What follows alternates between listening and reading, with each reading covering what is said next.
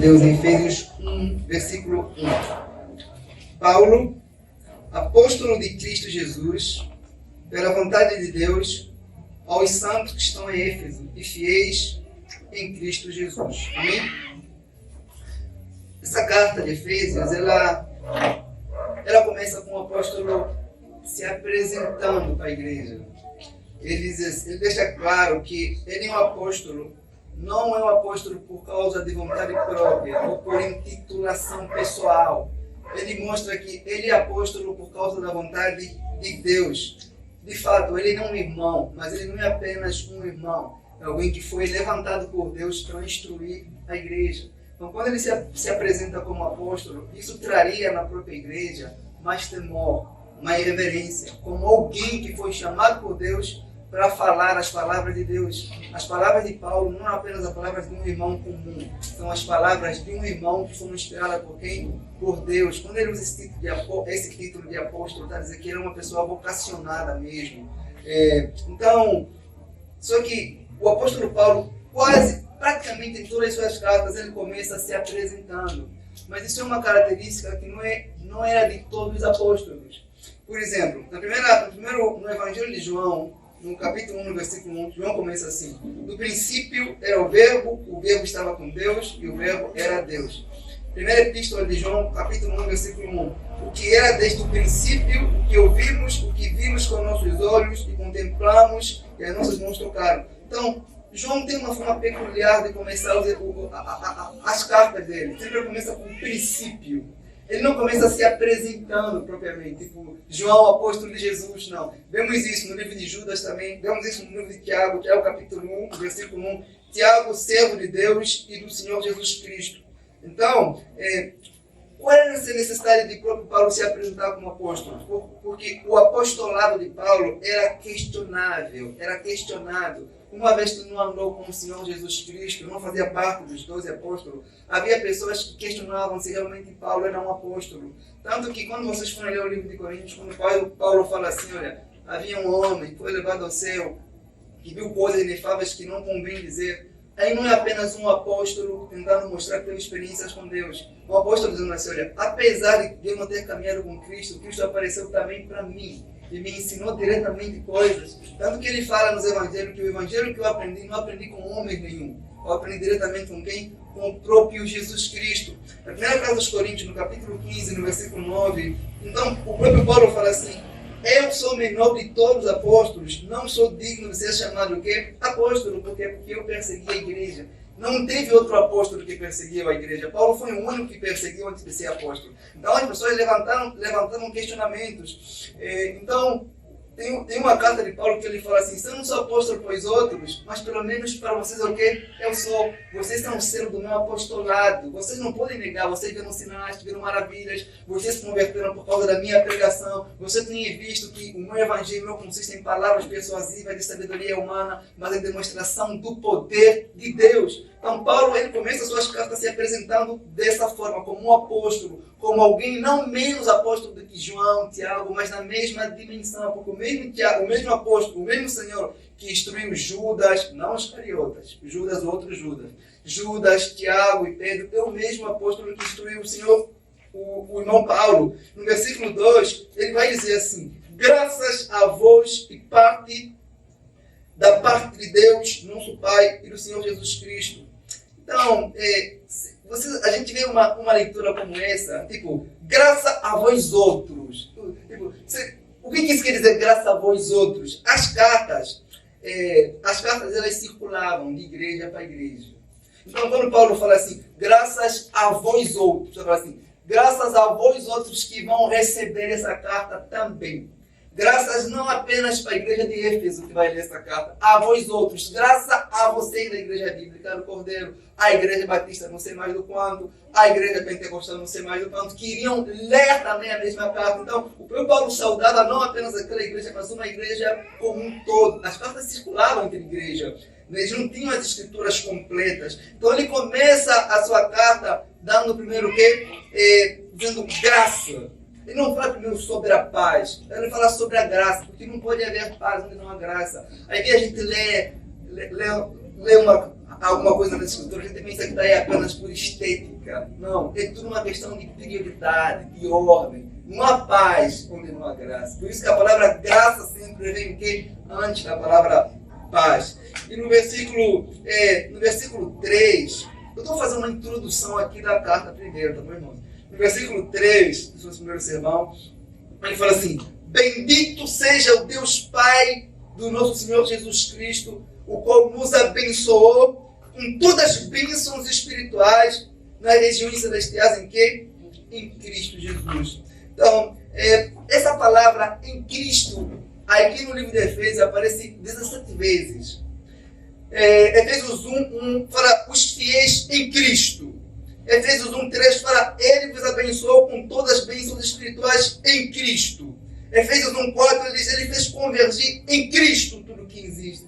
Efésios 2:6 ele fala Ele nos ressuscitou em Cristo. Efésios 2:7 ele fala somos criaturas suas em Cristo. Efésios 3:21 ele fala a Ele seja glória na igreja e em Cristo para todas as gerações. Então ele fala em Cristo, tipo, tudo que Deus quer fazer ou pode fazer por meio da igreja, Ele faz por meio de quem?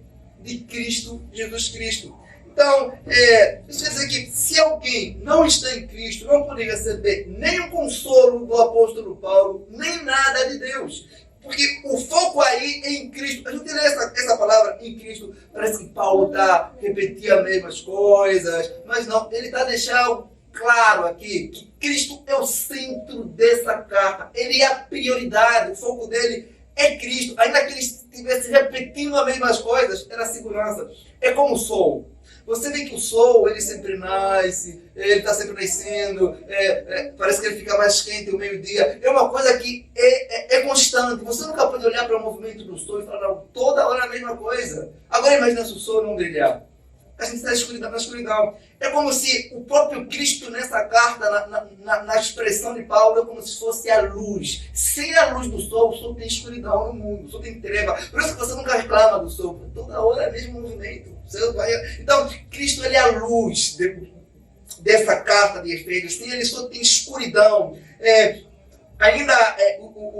Os puritanos diziam que esse livro de Efésios é o banco da doutrina de Deus. É o banco, aí você encontra toda a riqueza da doutrina da graça. Por exemplo, no capítulo 1, no versículo 7, diz que em Cristo temos todas as riquezas da graça de Deus. Efésios 1:18 diz que devemos conhecer as riquezas da glória da sua herança.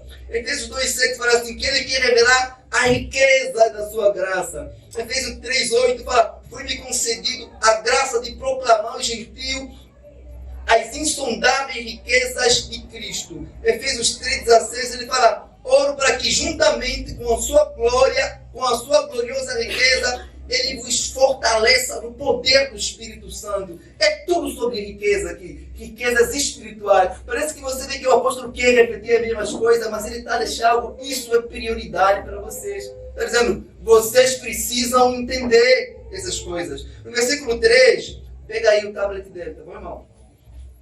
No versículo 3, ele fala assim, bendito seja o Deus Pai de nosso Senhor Jesus Cristo, o qual nos abençoou com todas as bênçãos espirituais em Cristo, nas regiões celestiais. Então, a gente vai ver que essa promessa de Deus não está no passado. Não está no futuro, como Ele vai nos abençoar em Cristo. Mostra aqui uma afirmação que já aconteceu. Ele vos abençoou em Cristo. Não é uma promessa para o futuro. É algo que já aconteceu. Só que o ponto crucial aqui não é a bênção propriamente, é o em Cristo. Sem esse em Cristo, vocês não têm nada. Sem Cristo, vocês não são nada. Sem Cristo, você não vai receber nenhuma bênção da parte do Senhor.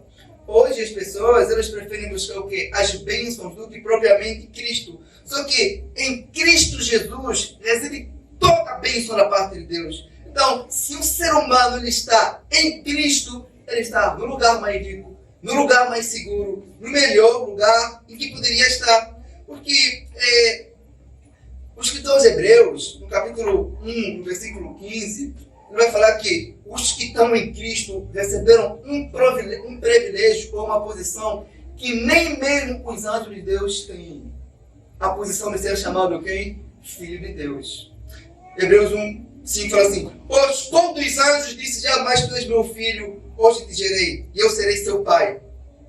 Não. Isso é para aqueles que estão em Cristo. É o que ele fala aqui sobre essa bênção espiritual. Está falando aqui, para aqueles que estão em Cristo, tudo que pertence a Cristo pertence a eles. Toda a posição de Cristo, tudo que Cristo conquistou com os seus méritos, pertence a eles também. Então, toda a justiça de Cristo, toda a santidade de Cristo, todos os méritos de Cristo, é os méritos dos seus eleitos. Tudo que está em Cristo pertence a eles. Paulo diz em 1 Coríntios 1:13, fala assim: mas vós sois dele, em Cristo Jesus, o qual por Deus por vocês foi feito, sabedoria, justiça e redenção. Então, eu falo assim que Cristo não é apenas aquele que nos justifica. Ele é a nossa própria justiça. A santidade de Cristo é a nossa santidade. Ele nos representa diante de Deus. Quando nós ouvimos frases para ser santo, para ser justo, isso é na nossa relação com o nosso próximo. Mas diante de Deus nós temos uma posição. E essa posição não é baseada no que nós fazemos. Não é na nossa melhoria, não é na nossa justiça. Mas é por causa de Cristo. Ele nos representa. Então, nesse mesmo livro de Efésios, quando ele fala sobre as bênçãos espirituais nas regiões celestiais em Cristo, que nós já temos, ele vai falar de algumas. A primeira delas é a bênção da eleição, de ser eleitos por Deus. Efésios 1:4, ele diz que nos escolheu antes da fundação do mundo. A segunda bênção está em Efésios 1:5, que ele vai falar sobre adoção. Ele vos escolheu, ele vos adotou como filhos. A terceira bênção está em Efésios 1:6. Ele vai falar que somos aceitos no amado. A quarta, esse amado é ele. A quarta bênção é que nós temos redenção pelo seu sangue. Efésios 1:7, ele vai falar que nós temos perdão dos pecados por meio de Cristo. Efésios 1:13, ele vai falar que nós temos o selo do Espírito Santo por meio de Cristo. É uma lista enorme sobre essas bênçãos espirituais. Ele vai falar, olha, vocês têm os dons do Espírito Santo de Deus, o chamado ministerial. Isso tudo são bênçãos incontáveis, que a gente não pensa nelas. A gente lê o livro de Efésios e não medita sobre essas coisas. Só que se o crente ele meditasse nessas bênçãos aqui, ele não teria motivo nenhum de invejar as pessoas mais ricas desse mundo. Porque o homem mais rico desse mundo, mesmo com toda a sua riqueza, ele não pode comprar o perdão dos seus pecados. Ele não pode comprar o Espírito Santo. A sua riqueza pode lhe fazer conquistar qualquer coisa, menos a justificação diante de Deus. Mas são bênçãos espirituais que o crente tem, mas não pensa nelas. E às vezes reclama que não é abençoado. Mesmo sendo justificado por Cristo, mesmo Cristo tendo escolhido ele, mesmo Cristo sendo a sua justiça, a sua santidade diante de Deus. Então, a gente vê que a gente reclama assim, reclama de barriga cheia. Nós somos abençoados por Cristo Jesus, por meio dele. Então, só que a gente não pensa nessas coisas. Existem as bênçãos, ele deixa claro sobre as bênçãos espirituais em Cristo. Uma pessoa não cristã pode ser abençoado com bênçãos temporárias, por exemplo, uma boa saúde, beleza, recurso financeiro. Só que tudo isso são temporais. Ninguém é rico para toda a vida, ninguém morre rico.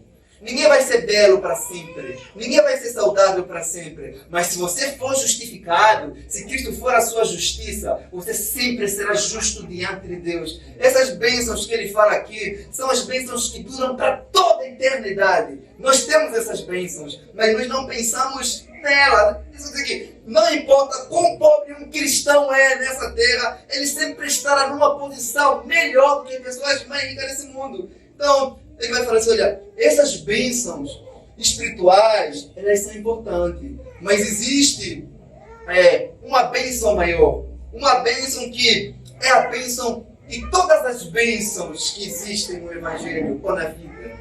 Ele vai falar isso no versículo 4. Se vocês forem ler, ele vai falar sobre a eleição. Antes da gente ler esse versículo, quando a gente ouve falar a palavra eleição, ou a palavra predestinação, nós sempre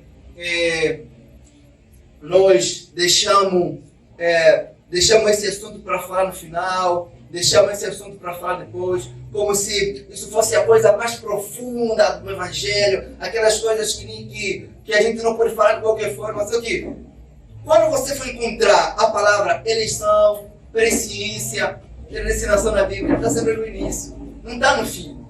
Por exemplo, quando o Paulo vai escrever a carta aos Romanos, ele não trata isso, ele primeiro fala sobre a eleição, sobre a justificação, depois ele vai cantar um louvor, vai escrever um louvor. Aqui na carta de Efésios, ele primeiro vai falar sobre a eleição, sobre a predestinação, depois vai falar sobre matrimônio, vai falar sobre a educação de filhos, vai falar sobre a igreja. Vocês conseguem entender que isso está sempre no início, porque é uma coisa que a igreja não tem dificuldade em aceitar nem em conhecer, como tem dificuldade hoje. No versículo 4, se vocês puderem acompanhar, ele vai falar sobre a bênção de todas as bênçãos. Ele vai falar, como também nos elegeu nele antes da fundação do mundo, para sermos santos e irrepreensíveis diante dele em amor. Então, o que é eleger? É quando você escolhe algo para um determinado fim. Como é que funcionam os políticos hoje para a gente eleger? Os vereadores, políticos, a gente escolhe eles para eles governarem sobre nós. A gente os escolhe. Qual é o fim da eleição de um presidente, por exemplo? É governar bem o quê? Governar bem um país. Então, o texto, ele diz que... Deixa quieto aí, mano. Depois ela cansa. O texto diz que Deus nos escolheu antes da fundação do mundo. Então, assim, entender? A gente, o pessoal que chegou agora, Efésios 1:4. Eu estava assistindo. Amém. Então, Deus não nos escolheu quando nós depositamos fé nele, como a gente imagina. Deus não nos escolhe quando a gente entra numa igreja e fala assim, Deus, eu agora entrego a minha vida para ti. Então, ele não escolheu você quando você resolveu abandonar os seus pecados. A nossa escolha a Deus é apenas um reflexo de que ele nos escolheu para isso. Antes da fundação do mundo. A nossa decisão de escolher a Deus é apenas um reflexo da escolha dele por nós. Então, Jesus fala isso em João 15:16, dizendo, vocês não me escolheram a mim. Eu escolhi a vocês. Eu vos designei para dar frutos. Então, o próprio ato da eleição revela que ele é gratuita. O que é que nós poderíamos fazer antes do mundo ser criado? O que você fez antes do mundo ser criado para Deus escolher você? Quem fez alguma coisa antes do mundo existir? Ninguém. Então, isso nos leva a outra forma de pensar, que Deus não tem vários planos. Deus não tem um plano novo. Não, Deus só tem um plano. E esse plano não foi traçado agora, foi traçado na eternidade. Na vida natural, por exemplo, os filhos não escolhem quem vai ser os pais deles. Os filhos não escolhem quem vai ser. Nós estamos no Dia das Mães hoje, né? Nenhum filho escolheu ter a mãe que ele tem. Nenhum. Isso é uma coisa sobrenatural. Se na vida natural acontece na vida espiritual assim, não somos nós que escolhemos ter Deus como pai. Foi Ele que nos escolheu. Até mesmo na questão de adoção, não o filho que, não é a pessoa que vai lá e escolhe quem vai adotar, não. É o pai que vai adotar, que escolhe quem vai ter ele como filho. Então, o livro de Efésios, ele propriamente é um livro que foca na pessoa de Cristo, na obra de Cristo, mostrando que toda essa obra, ela existe antes de qualquer homem existir.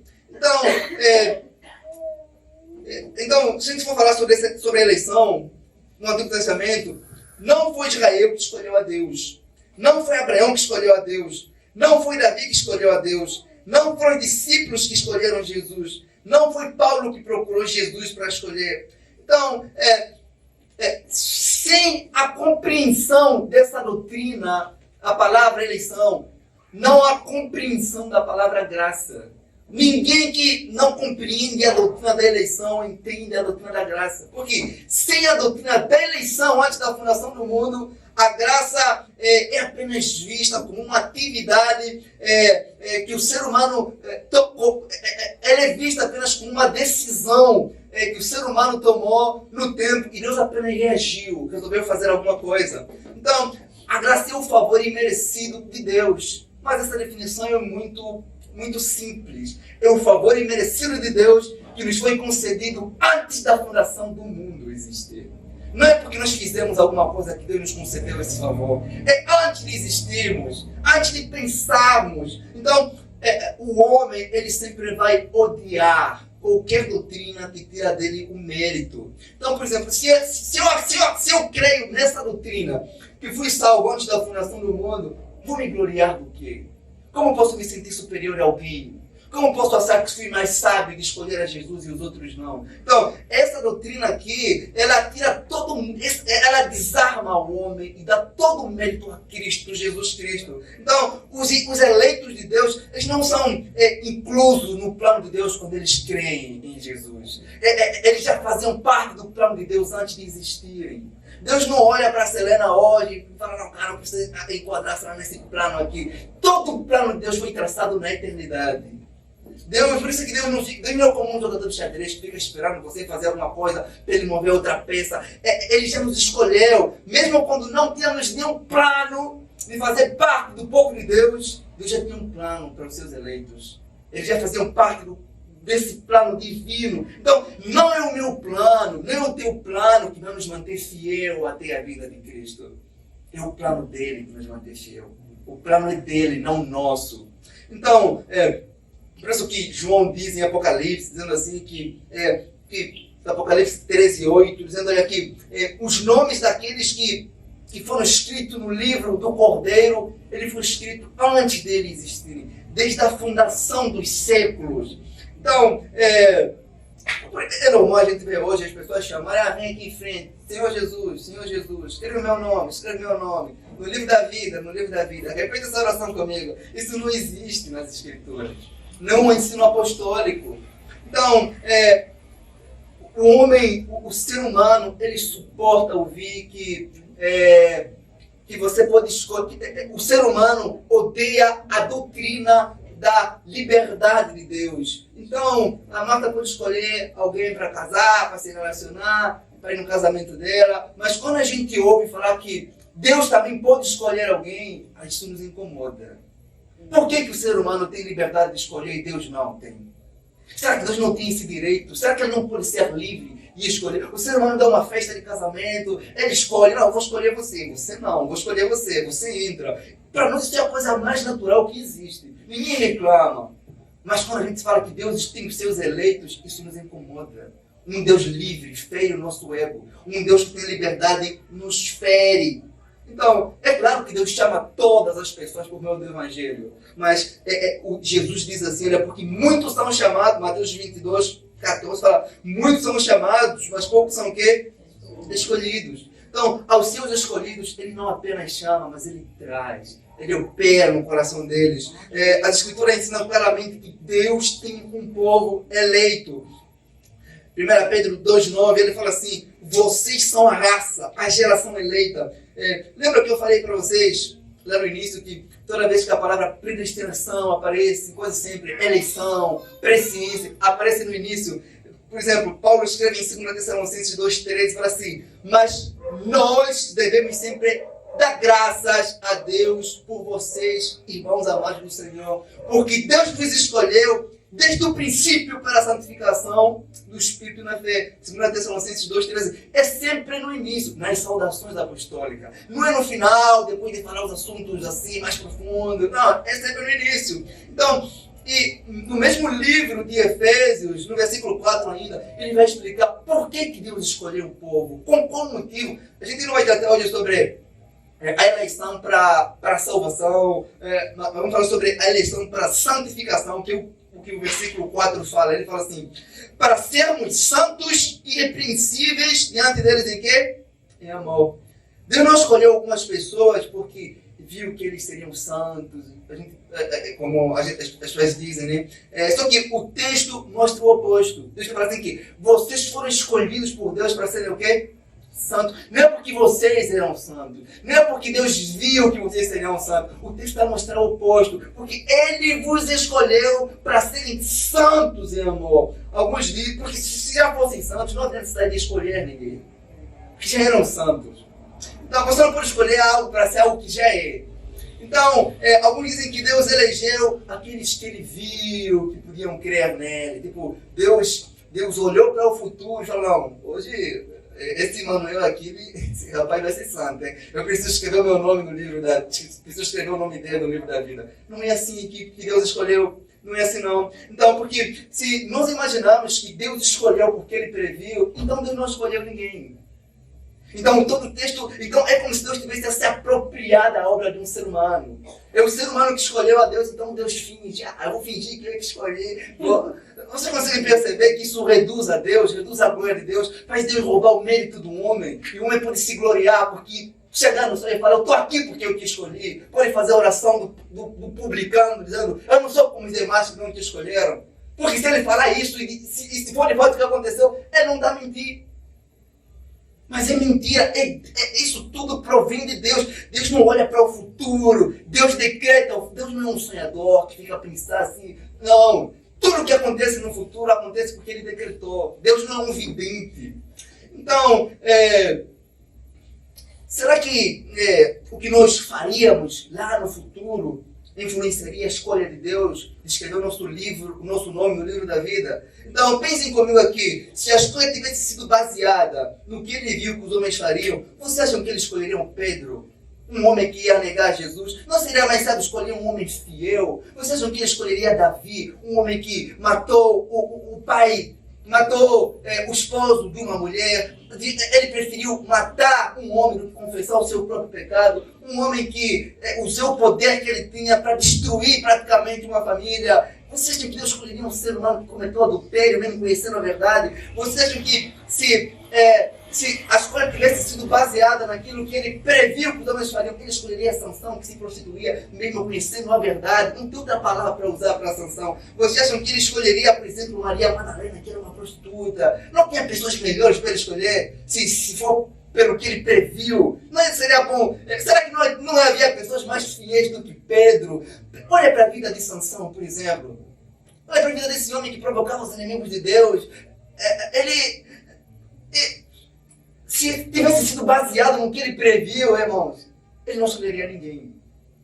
O apóstolo Paulo, em Romanos 3,10, fala assim, olha, como está escrito, não há justo sequer, nenhum justo. Não há quem entenda, não há quem busque a Deus. Todos se extraviaram, juntamente são inúteis. Não há quem faça o bem, não há ninguém nesse universo que pode bater no peito lá no céu dizendo, eu estou aqui porque eu escolhi a Deus, porque eu fiz alguma coisa para Deus me escolher. Ele fala assim, todos são inúteis, todos são fúteis. Não há nenhum só homem que pode bater no peito e dizer, eu estou aqui por mérito, é tudo por graça. Então, ninguém entende a palavra graça se não entende a palavra eleição, porque a doutrina da eleição, ela é apenas ela é a demonstração, claro, do que é a graça de Deus. Não é uma graça apenas do presente, que ocorre no presente, é uma graça que ocorreu lá na eternidade, antes de nós existirmos, antes de nós fazermos só parte do plano dos nossos pais, nós fazemos parte dos planos de Deus. Isso é a graça de Deus. Então, essa doutrina aqui, ela humilha o ser humano e ao mesmo tempo ela encoraja o ser humano, porque é humilhado saber que o ser humano, mesmo com Cristo e toda a sua beleza, ele jamais o escolheria. Mas é maravilhoso saber que Cristo o escolheu. Cristo escolheu os seus eleitos. Ele fala assim, eu escolhi a vocês. Eu me designei para dar frutos. Então, nós deveríamos encher a nossa boca e dizer, grandes coisas fez o Senhor por nós. Como diz Salmo 126, versículo 10. O que nos fere o nosso ego com essa doutrina é que aquilo que o salmista diz em Salmo 50, versículo 21, ele pergunta, você acha que eu sou como você? Deus pergunta, você acha que eu sou como você? Você acha que eu penso como você? Salmo 50, versículo 21. Então, pense comigo. Se você está gostando de alguém, você quer passar a sua vida com alguém, você faz uma lista de todas as coisas boas que você quer. Você só faz a lista do que você quer. Só do que você quer, né? Você não faz as listas por exemplo, para falar o que você tem que fazer, só sobre o que você quer. Mas aqui, a lista de Deus, ela nos fere ainda mais. Paulo diz, por exemplo, em 1 Coríntios 1, 27, olha o que ele diz. Pelo contrário, Deus escolheu as coisas loucas do mundo para confundir os sábios. Deus escolheu as fracas do mundo para confundir as fortes. E Deus escolheu as coisas ignotas no mundo e as desprezadas e as que não são para confundir as que são. Para que nenhum mortal se glorie na presença de Deus. Se você vai escolher uma coisa, seja uma roupa, seja um celular, você tem que escolher as fortes, as melhores. Mas aqui está falando assim, olha, Deus escolhe o tolo ao invés do sábio. Escolhe o fraco ao invés do forte. Escolhe o desprezível ao invés do aprazível. Ele escolhe aqueles que não são para confundir aqueles que são. E por meio dessas verdades, isso nos resta dizer assim, olha, eu sou o que sou por causa da graça de Deus, como Paulo diz. Imagina, ainda que o ser humano tivesse que se bater no peito por ele ter escolhido alguma coisa, ele não pode, porque ele pode pensar que é mais forte que os outros, só que a pessoa fala assim que Deus escolhe o fraco, o desprezível, aquele que ninguém escolheria, que ninguém coloca nenhuma expectativa, aquele que não tem capacidade de escolher por si mesmo. Deus escolhe salvar esse tipo de homem. E ele não tem nada para se gloriar. Até mesmo quando ele vai se gloriar de alguma coisa, Paulo diz, ele fala assim, olha, desse tal me gloriarei, mas não em mim mesmo, senão nas minhas fraquezas. Porque o que atrai a Cristo em nós não é a nossa bondade, é a nossa maldade. Porque ele fala, ele veio para quem? Para os maus, para os doentes, para os fracos, para os que não são nada. E quem pode bater no peito e se sentir melhor do que alguém no meio dessa verdade? Essa doutrina é um machado que corta a raiz de todo o orgulho do ser humano. Por isso que não é possível entender a doutrina da graça e se sentir superior que o outro. Qualquer pessoa que é orgulhosa não entendeu nenhuma doutrina da graça. Porque ela torna o ser humano humilde. O ser humano só tem que agradecer a Deus. Então, nesse mesmo versículo aqui, ele vai explicar o seguinte, por que Deus elegeu? Para que Deus elegeu? Versículo 4, assim, para sermos santos. Entendeu? Não é porque éramos santos, é para sermos santos. Então, se Deus não escolhesse salvar alguns para serem santos, ninguém na humanidade seria santo. Quando a gente fala santos, é a pessoa que está lutando contra os seus pecados, que não se entrega neles. Então, a humanidade toda estaria pior do que ela é se Deus não escolhesse algumas pessoas. Você olha para o mundo, está ruim. O mundo só está assim hoje porque Deus alcançou alguns pela graça, senão estaria pior. Eles foram eleitos por Deus para serem santos. O que deveria nos assustar não é o fato de Deus ter escolhido alguns para viver uma vida pura, uma vida santa, é o fato de Deus não ter condenado todos. Porque o texto de Romanos fala que não há nenhum só que não peca. Não há nenhum só que não estava desviado ou afastado de Deus. Então, nessa eleição aqui, nesse versículo 4, ele vai dizer, olha, os eleitos, eles vão ter prazer por uma vida santa. E esse prazer por uma vida santa não vai ser resultado da esperteza deles. Não é por causa que os pais educaram bem, que os pais foram exemplares. Não, vai ser porque eles foram escolhidos para viver desse jeito. Uma vida santa. Então, ser santo para um eleito não é uma coisa opcional. Não, eles serão santos. Porque isso não depende de nós. Isso não, pode não fazer parte do plano do Leo, viver uma vida santa. Mas se ele foi eleito por Deus, o próprio Deus que o elegeu vai operar isso no coração dele. É tudo sobre ele. Então, a santidade em um cristão, ela está diretamente ligada com a glória de Deus, com o plano de Deus. Então, assim, pastor, você está querendo dizer que Deus escolheu algumas pessoas para serem santas e fazerem boas obras e deixou os outros viverem suas más obras, perecendo em direção ao inferno? Eu não estou tentando dizer isso, não. Estou apenas a explicar o que o apóstolo Paulo disse. Foi Paulo quem disse, por exemplo, em Efésios 2:10, ele fala assim, porque somos feituras suas, criados em Cristo Jesus para boas obras, a qual Deus preparou para que andássemos nela. Quem preparou essas boas obras? Deus. Nós só estamos andando aquilo que Deus preparou.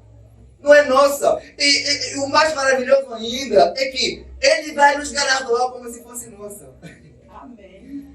Ele vai nos galardoar por aquilo que Ele fez por meio de nós. É tudo sobre Ele. É tudo sobre Ele. Então, tem as boas obras mesmo. Alguns podem levantar uma objeção, por exemplo. Eu não vou me arrepender, nem vou crer, nem vou obedecer nada se primeiro não souber se sou eleito ou não. Algumas pessoas podem pensar assim, eu não vou obedecer nada, não vou crer. Você não foi eleito. Por que começar a pensar nesse negócio de... Não, só que a Bíblia nunca diz para você ficar bisbilhotando se você é eleito ou não. Isso não é uma orientação bíblica. Querendo saber, mas será que eu não sou? Será que eu sou? O apóstolo Pedro diz assim, 1 Pedro 1,15, mas como é santo aquele que vos chamou, sede vos que santo em todo o vosso procedimento. O seu desejo por santidade, ele é apenas um reflexo do seu desejo por Deus. Os eleitos estão mais preocupados em viver uma vida santa do que ficar bisbilhotando se são eleitos ou não. Porque não lhe foi dito para ele ficar pesquisar, vou colocar no Google aqui, como é que um eleito é? Será que eu estou nesse... Será que eu estou aí? Eu não sei. Será que eu estou nesse grupo aí? Então, eles não são como os filhos do diabo, que querem viver uma vida ímpia e achando que vamos escapar do inferno. Eles não são como o filho do diabo que vê a santidade como um fardo. Eles olham para a santidade com prazer. Alguém pode perguntar, qual é a vantagem de ver uma vida santa se no final descobrir que não sou eleito? Qual é a vantagem disso? Alguém pode perguntar. Sempre passa esses pensamentos aqui na nossa cabeça. É igual, sempre que a gente fala sobre a doutrina da eleição e predestinação, a gente pensa sempre em muitas coisas. Eu me lembro que no dia que a gente estava estudando aqui as escrituras, o Robinho perguntou, pastor, Deus que predestina alguém para ficar gordo? A gente sempre tem esses questionamentos, assim, eu nunca vou esquecer dessa pergunta. Então, qual é a vantagem de ver uma vida santa e eu descobri que não fui eleito? Sabe que isso nunca vai acontecer, porque ninguém nesse mundo, além dos eleitos, terá o prazer de ver uma vida santa. Ninguém! Paulo diz em Efésios 2 que, pois é Deus que produz em vocês tanto querer como realizar. O querer a santidade agora pode ser seu agora, mas antes de ser seu, fazia parte do plano de Deus desde a eternidade. Nenhuma pessoa que não é eleita vai ter prazer de ter uma vida santa. Não vai ter mesmo. Então, os eleitos teriam prazer de ver uma vida santa, mesmo que aparecesse um anjo lá de não sei onde, para que não é eleito. Ele terá prazer em uma vida santa porque ele tem prazer por Deus e Deus é santo. O foco deles não é apenas pensar, ver a santidade como uma recompensa. Eles têm a santidade como um prazer, porque Deus é santo. Então, se nós não amamos a santidade, não estamos a amar Deus. E se nós não amamos a Deus, por que nós somos eleitos? Deixe isso bem claro. Então, o verdadeiro eleito de Deus, os eleitos, eles não vão vencer sempre o pecado, mas eles vão sempre lutar contra ele, sempre mesmo. Eles não vão ter vitória sempre, mas nunca vão ficar derrotados, nunca vão se entregar nessa prática pecaminosa. Então, você pode dizer, pastor, eu acho que eu não sou eleito não, porque eu conheço esses dias aqui, pastor, eu não sei não. Isso aqui, como é que eu posso imaginar que eu posso ser um eleito de Deus se eu não sou um santo de Deus? Então, o fato de você não ter sido santo no passado, não quer dizer que você não possa ver uma vida santa no presente. Olha as palavras, olha os tempos verbais, no presente. Quem fica te colocando plano na sua cabeça para ser santo no futuro é Satanás. Se você tem plano de ser santo lá no futuro, é Satanás mesmo que está colocando isso na sua cabeça. E Deus quer que você seja santo agora. Assim como aquele que me chamou é santo, sejam vocês santos em todo o vosso procedimento. Então, você não pode culpar Deus dizendo que não fui eleito, porque ninguém disse que você não é. Mas só a falta de prazer pela santidade revela isso. Então, a culpa é sua, a responsabilidade é sua. Então, porque você ouviu um mandamento que diz, seja santo porque eu sou santo. E se você se exclui disso, a culpa é sua, a responsabilidade é sua, porque não foi dito eleito seja santo, foi dito para todos. Seja santo porque eu sou santo. A quem ele chama, ele elege na eternidade, no tempo ele predispõe o prazer para a vida santa. Sabe quando você tem filho e aquele filho vai carregar dentro de você o quê? O seu DNA. Não é uma coisa, os filhos não escolhem ter o DNA dos pais. Ainda que não gostar muito do pai, em algum momento ele vai ter traços do pai. Então, a santidade em nós é o DNA divino. Então, é isso que mostra quem é filho de Deus e quem é filho do Satanás. Esse prazer pela santidade. Então, a gente às vezes pensa que o céu é para o lugar para aquelas pessoas que são mais pertas. Sempre tem esse pessoal do mundo que pensa assim, vou ver a minha vida e no final vou me arrepender na última hora. Isso aqui. Vira para você, olha, você tem que ser santo. Aí a pessoa pensa que o jovem pensa que vai curtir a vida dele, e ainda usa o ladrão na cruz, o oficial ladrão na cruz. Só que, meu amigo, hoje Deus vai tratar com sua alma sobre a santidade. Você de fato é um eleito de Deus para estar com Ele no céu? Você tem amor pela santidade? Você tem fome por isso? Isso revela, até não mostra o nome dos eleitos, mas mostra o seu caráter santo. Eles vão ter prazer de fugir do pecado. Em qualquer lugar desse mundo que tiver um eleito de Deus, a graça alcançará esse eleito e o tornará santo. Não importa onde ele estiver. Amém. Ele será santo. Deus vai chamar. Se formos verdadeiramente eleitos pelo Senhor, isso será manifesto no nosso caráter santo. Isso não é manifesto aqui. A nossa santidade, não podemos pensar que vamos ser santos no céu. Nenhum ser humano que não foi santo na terra vai ser santo no céu. As pessoas ainda pensam que podem viver como querem. Quando elas morrerem vão virar estrela. Não! Vão virar santo no céu. Essa ideia católica. Você não é santo aqui, você vai no inferno. No céu não tem pessoa não santificada, não. Todos que estão no céu foram santificados. O Senhor Jesus não levará para o céu nenhuma alma que não tenha santificado na terra. Não, mas no céu, depois da morte, os teus desejos vão ser intensificados. Seja pelo pecado no inferno, ou seja pela santidade no céu. Você não vai ter um desejo no céu que você não tem na terra. Esses desejos serão aguçados pela perfeição, pela glorificação. Olhe para você, só no seu coração, esse desejo por santidade, essa pureza no seu coração. As pessoas às vezes mentem, eu não sei onde eu vou, quando eu morrer, vocês vão para o céu, para o inferno. Você sabe muito bem. Cada ser humano sabe onde vai de acordo com a sua fé, de acordo com o seu procedimento, porque a Bíblia diz, pelos frutos você conhece a árvore. A pessoa vem no tempo de falar que vai para o inferno e fala assim, isso aí, eu não sei não. Sabe. Como sabe? Todo mundo sabe. Todo mundo sabe. Às vezes a pessoa não tem coragem de se tocar, de ser real, e finge que não sabe. Então, a única prova, irmão, da nossa eleição é o desejo pela vida santa. O desejo da luta constante pelo pecado. O apóstolo Paulo fala com o apóstolo Pedro, segunda carta de Pedro, capítulo 1, versículo 10, ele fala assim, portanto, irmãos, procurai fazer cada vez mais firme a vossa vocação e eleição, porque fazendo isso, vocês não vão tropeçar. Então ele está falando assim, olha, se de fato vocês foram eleitos, façam isso firme, provando e vivendo uma vida santa, para você não se enganar, achando que está em direção do céu, enquanto está em direção do inferno. Não adianta você bater no peito e falar que é eleito, se você não confirma isso no seu coração. Tem que haver essa certeza. Então Pedro fala assim, busquem confirmar a vossa eleição, provando isso publicamente também dentro da igreja, por uma vida santa.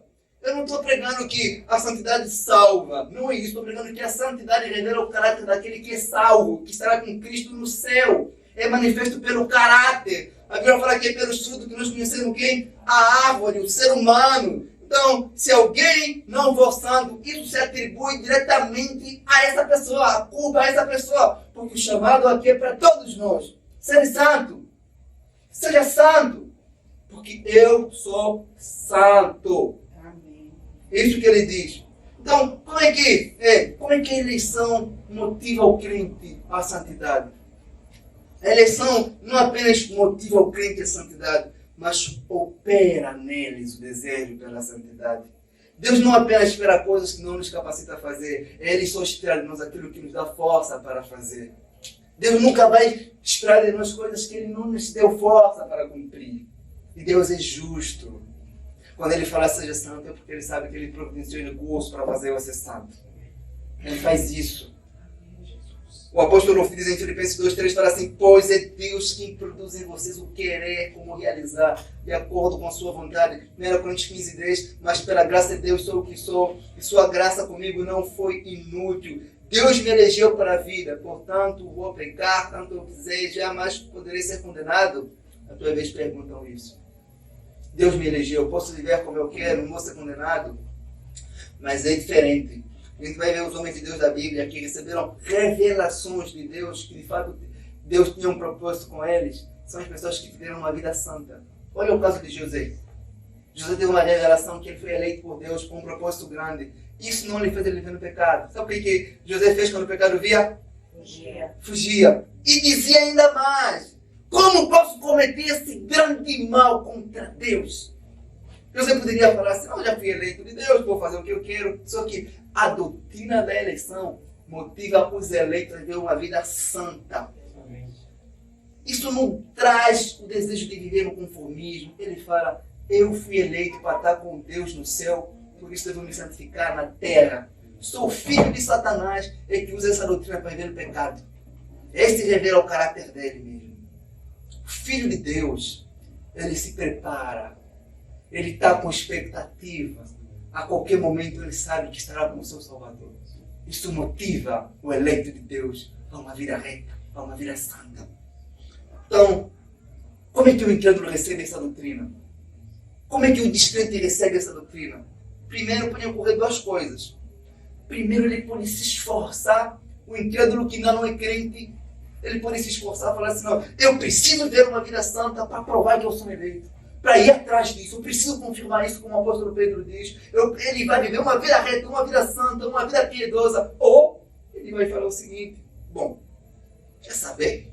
Viver do jeito que eu sou, como depende de mim, Deus que decide. Agindo assim, está mostrando claramente o seu caráter do filho de Satanás. Porque, pensam comigo, qual é o ser humano que ouve da parte de Deus o seguinte: seja santo porque eu sou santo? O que o escritor aos Hebreus diz? Seguir a paz com quem? Com todos. Sem a santificação, ninguém verá a Deus. Então, qual é o ser humano que ouve que precisa ser santo e não procura a santidade? É o ser humano que não ama Deus. É o ser humano que não quer estar com Deus. Porque, de fato, ele vai falar assim: olha, eu não sei se eu estou eleito ou não, mas uma coisa eu sei, que esse Deus que elege me disse para ser santo. Se eu quiser ver Ele, eu preciso ver uma vida santa. Então, se ele mesmo não procura ver uma vida santa, ele está a proclamar com as suas obras que não quer estar com Deus, não quer ver Deus, e a culpa é dele. Porque seja santo porque eu sou santo. Ele fala: sem santidade ninguém verá Deus. Não importa se a pessoa cresceu na igreja, foi batizada, não importa se a pessoa é legal, se é simpático, se é jovem, se é idoso, se é criança, não importa. Sem santidade ninguém verá o Senhor. E no eleito isso causa um temor. Nos incrédulos, eles vão negligenciar isso. Vão viver as suas vidas assim, revelando o caráter deles mesmo. O eleito, quando ouve essa doutrina da eleição, ele se comove, isso balança o coração dele. Mas esse Deus que elege é o Deus que reúne os recursos necessários para chamar os seus eleitos, para vir até Ele. Primeiro, Ele chama os eleitos e os convence do quê? Do pecado. Ele chama, ele traz os eleitos dele. Ele não apenas é como uma mãe que fala assim: ei, você vai na porta, você vai ter que trabalhar. Não é assim que funciona. Nos eleitos de Deus, Deus chega e fala assim: ei, sai, você tem que trabalhar. Ele não apenas fala, mas segura o eleito, levanta o eleito. Ele chama com as suas próprias mãos. E quando ele chama com as suas mãos, ele coloca os eleitos nas suas próprias mãos. E ninguém arrebata os eleitos da mão de Cristo Jesus. Eles estão nas suas mãos. Porque quando ele foi chamar, ele não foi apenas com palavras, com sua mão forte. E quem pode escapar da mão do Todo-Poderoso, irmãos? Ninguém. Ele chama, ele faz o quê? Ele conduz a Cristo. Atos 2, 28, ele conduz eleitos a Cristo, ele os convence do pecado. João 16, 3, ele opera arrependimento neles e fé. Romanos 2, 14, ele os impede de cair em pecados que não lhes façam levantar novamente. E quando ele permite a queda, ele se responsabiliza em levantar os eleitos. Vocês viram que tem em Gênesis 20, versículo 6, ele fala assim: fui eu que te impedi de pecar contra mim. Estão a entender? Deus impede, Deus coloca freio no coração dos eleitos. E se eles não estão fazendo todas as coisas sujas que as pessoas do mundo fazem, não é porque eles são espertos, não é porque eles são mais sábios, é porque o próprio Deus impede. O Agostinho dizia: graças te dou pelos males que eu não fiz. É graças a ti, não é meu mérito, é graças a ti. Eles os chamam com amor, irmãos, com um amor maior do que o amor de uma mãe pelos seus filhos. O profeta Jeremias diz que com amor eterno te amei, com benignidade eu te atraí. A gente vai falar disso na próxima semana, quando a gente falar sobre a teoria da predestinação.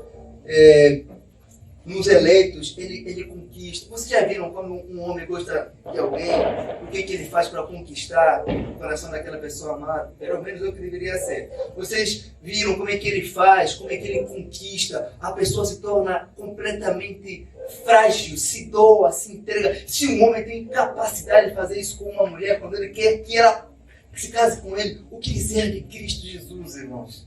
Quando ele quer atrair os seus eleitos, ele os conquista. Literalmente. Então, mas a nossa preocupação, ele abre o coração dele, isso está em Atos 16, verso 14. Mas a pergunta é: mas por quê?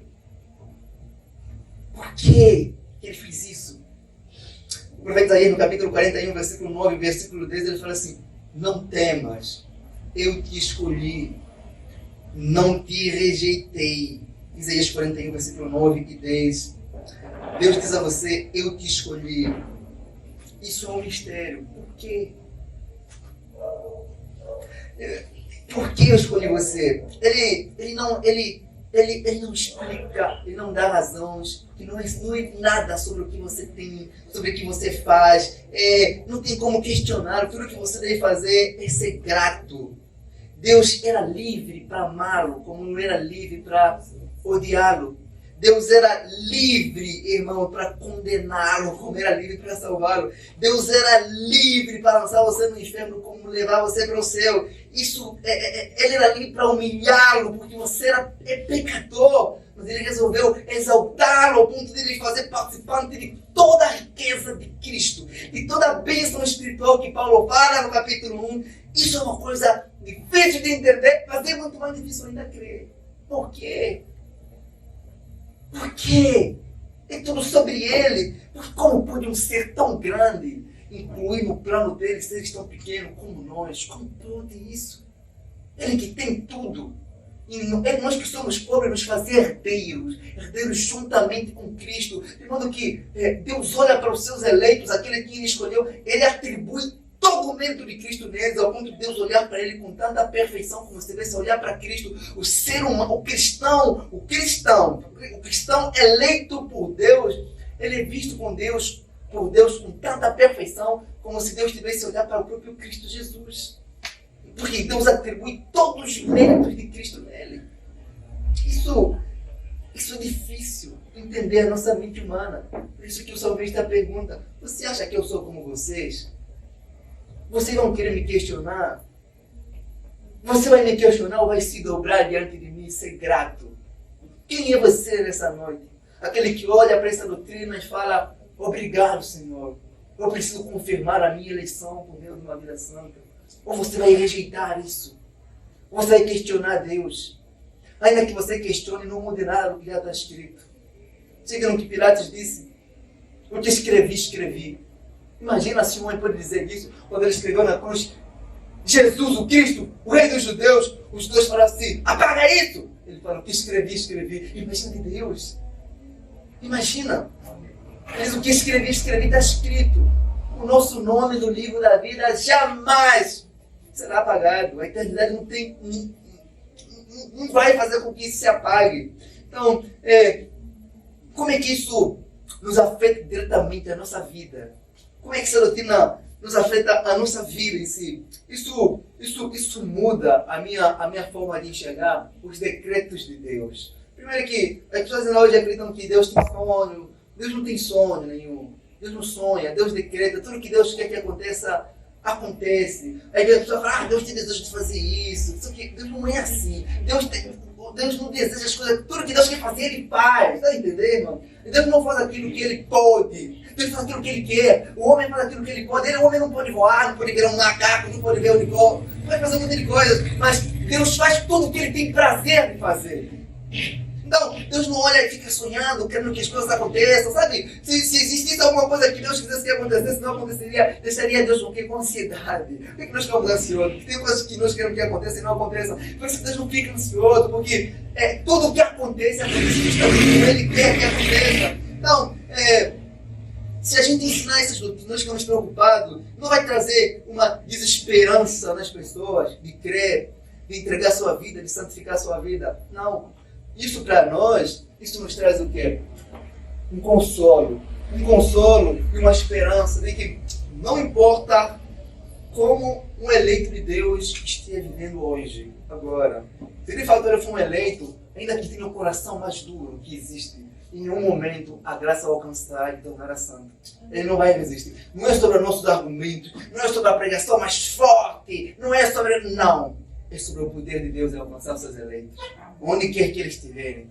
Qual o sermão mais simples, às vezes, de uma pessoa que não entende muito sobre teologia, se for aquele momento que Deus resolveu salvar aquele homem, acredita. Não tem como ele resistir. Porque o poder de Deus operando nisso. Em Atos 16, fala de uma mulher, Atos 16, 14, da Lídia, diz que ela era vendedora de tecido e o Senhor abriu o coração dela para ela crer. Dá atenção à pregação de Paulo. É Deus que abre o coração dos eleitos. Não é eles que se oferecem, é Deus que abre. É o Deus que criou aquele coração. Ele que abre para as pessoas darem crédito nisso. Isso é esperançoso, irmão. Você não pode olhar para um ser humano e falar assim, esse aqui não tem, acho que esse não é querer julgar, mas esse que não é eleito, não. Você nunca pode olhar para um ser humano assim. Porque não nos foi dito para questionar quem é eleito, não. Nos foi dito para pregar para todas as pessoas do mundo. Então, eu moro que no dia do juízo final, todo ser humano vai ser indesculpável, porque o convite foi dado para quem? Para todos. Então, o que ele diz, por exemplo, em João 18, versículo 9. Isso aconteceu para que se cumprisse as palavras que ele disse. Não perdi nenhum de todos que me deste.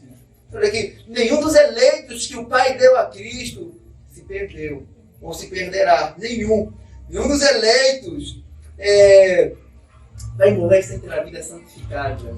E se morreu sem vida santificada, não é eleito de Deus. O segundo ponto, como isso nos afeta diretamente, é que nós sempre, como eu falei aqui, né? Nós sempre pegamos nessa doutrina da eleição, a gente nem está falando sobre a predestinação, mas sobre a eleição, a gente sempre pensa nas coisas mais ruins e pensa nelas. Por exemplo, o exemplo que o Robinho deu naquele dia sobre as pessoas gordas, por exemplo, o Robinho falou assim, e as pessoas que têm um peso assim, como é que é? Deus que precisa dessas pessoas. Só que a gente nunca pensa no lado positivo. Sobre, o texto fala assim, vocês foram eleitos para quê? Para a santidade, para a santificação. Nenhum homem, então, pode dizer que foi eleito por Deus se não conseguir provar isso por meio de uma vida santa. Nenhum homem. Não importa quanto ele sabe sobre Cristo. Não importa o cargo que ele tem. Porque a pessoa pode ter cargos e não ser santo. Assim como aconteceu com Judas também. Então, isso significa que o povo de Deus foi escolhido não para viver como eles querem, mas para viver como Deus quer. Então, isso nos ensina que a gente nunca pode pegar essa doutrina da eleição e nos tornar relaxados. Eu fui eleito mesmo, porque em João 16,15, por exemplo, ele fala assim, vocês não me escolheram a mim, mas eu escolhi a vocês e vos designei para darem frutos. Deus nos escolheu para dar frutos. Não nos escolheu para ficar parado, não. Para dar frutos. Esses frutos são o que? São as obras santas. É a vida pura que ele fala aqui. Então, eu quero fazer um convite aqui. Ele fala assim, sobre o chamado, né?